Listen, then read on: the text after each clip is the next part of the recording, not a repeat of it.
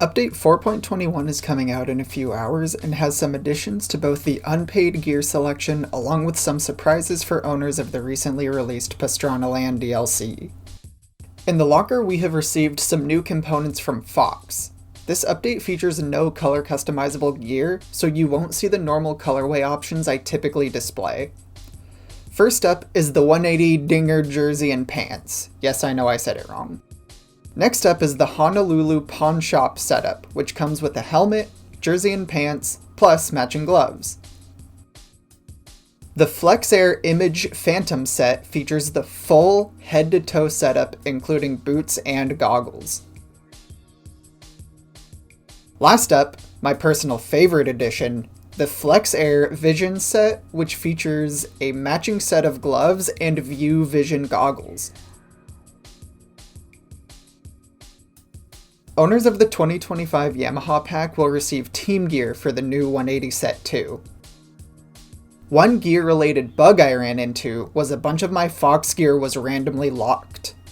This is far from game-breaking, though it did mess up my custom rider Gillian since she uses gear that became locked when I updated. This might not be a problem in the final build of the game, but I definitely wanted to give you all a heads up. New in the garage is the Throttle Syndicate Travis Pastrana replica graphics for owners of the Pastrana Land DLC. These are available on all 2025 KTM bike models.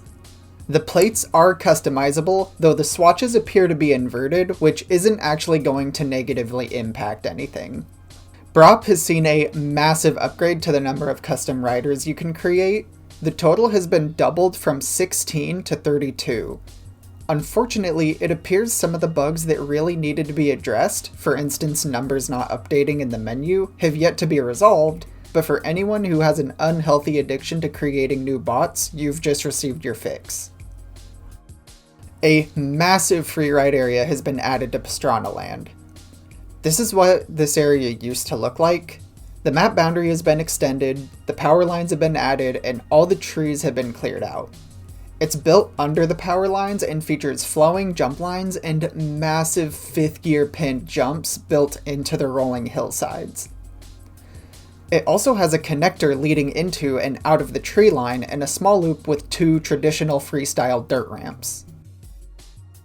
On top of the physical additions to the map, the Viper Pit Figure 8 and Turf Track have both been added to time trial along with custom online matches. You can't play them against bots, but now you can play them with your friends. The Davidsonville Supercross track has finally been added to Quick Play for you to play against bots. P-Land also received some fixes. The less notable changes are to trackside brandings. Some of them have been changed. Also, the track boundaries on the invitationals, those being Hubert Loop and Family Wagon Trail, have been adjusted to better match the track's surface. The draw distance for the LODs on the foliage have been adjusted to curb some problems with object pop-in, which I don't have an example of because I never faced the problem.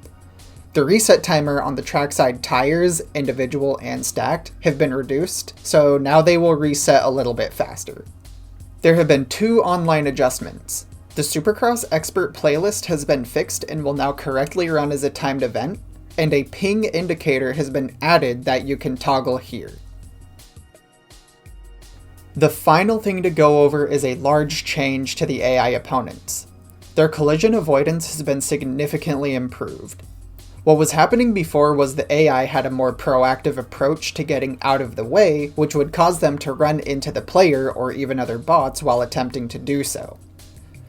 They now have a much more passive approach, opting to slow down and disengage from the battle entirely. You can see in this example, I get a little close to Tara Geiger and she actually starts leaning away from me.